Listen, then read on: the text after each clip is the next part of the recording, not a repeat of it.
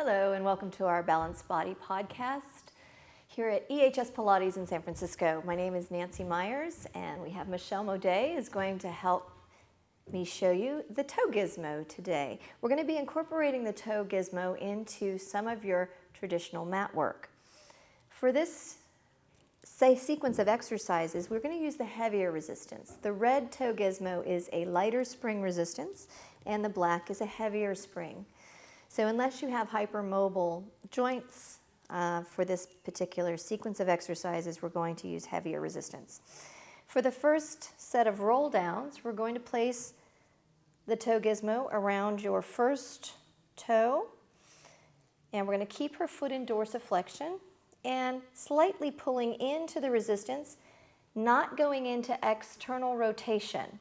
I would just like the resistance to be in parallel.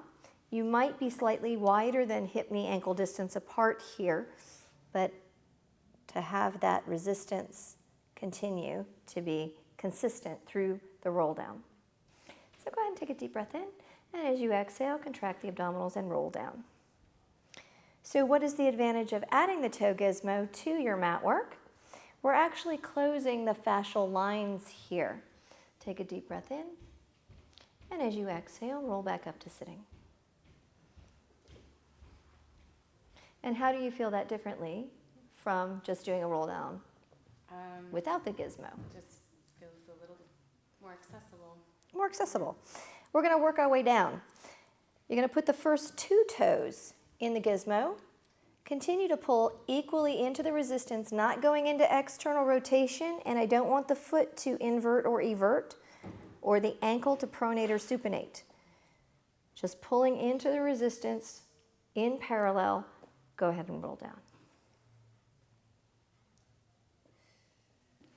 Taking the gizmo onto the second digit now will make her feel slightly different in the abdominal engagement. Possibly even getting some VMO, more TA, Definitely more. And more pelvic floor connection around the first digit. Now we're going to take all three of the first toes into the gizmo. If your toes do not fit in the gizmo, you can take the first toe out, just keeping the second and third, but I would like the strap to be over the toe. If you're going to take the first toe out, the strap should be on top of the big toe. But you don't have that problem. We can put all three of those in. Again, you're going to pull into that resistance. Don't go into external rotation or fan the foot into external rotation. I want you to just go lateral. Try to keep the toes as relaxed as possible here and roll down. So now having the first three toes in the gizmo, we get more engagement of obliques.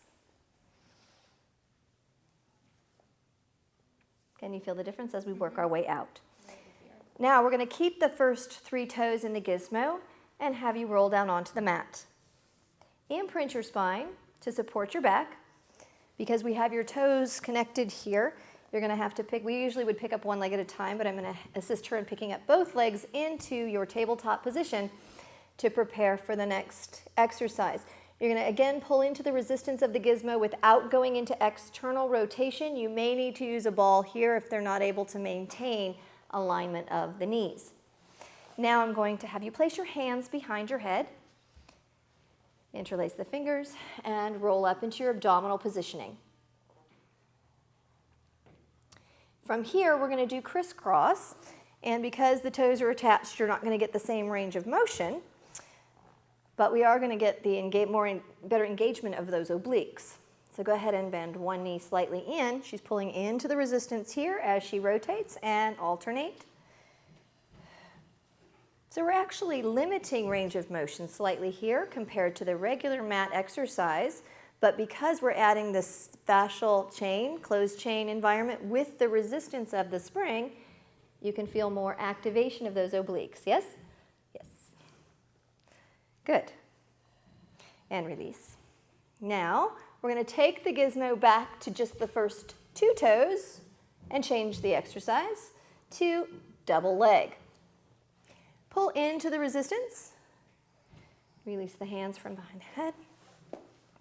You're going to grasp the knees and roll up into your abdominal positioning. And I want the oppositional pull and push. So you're pulling the knees in, shoulders down as you push the legs away. Now extend both arms and legs, circle around, hug the knees.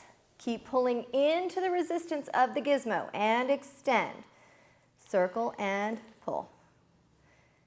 And extend. So with those first two toes, remember we're trying to engage that TA. Now extend the legs, place the hands behind the head and go right into your double leg lowers and up. Keep pulling into the resistance and lower. And lift. And lower. And lift. And lower. And now bend the knees and release down.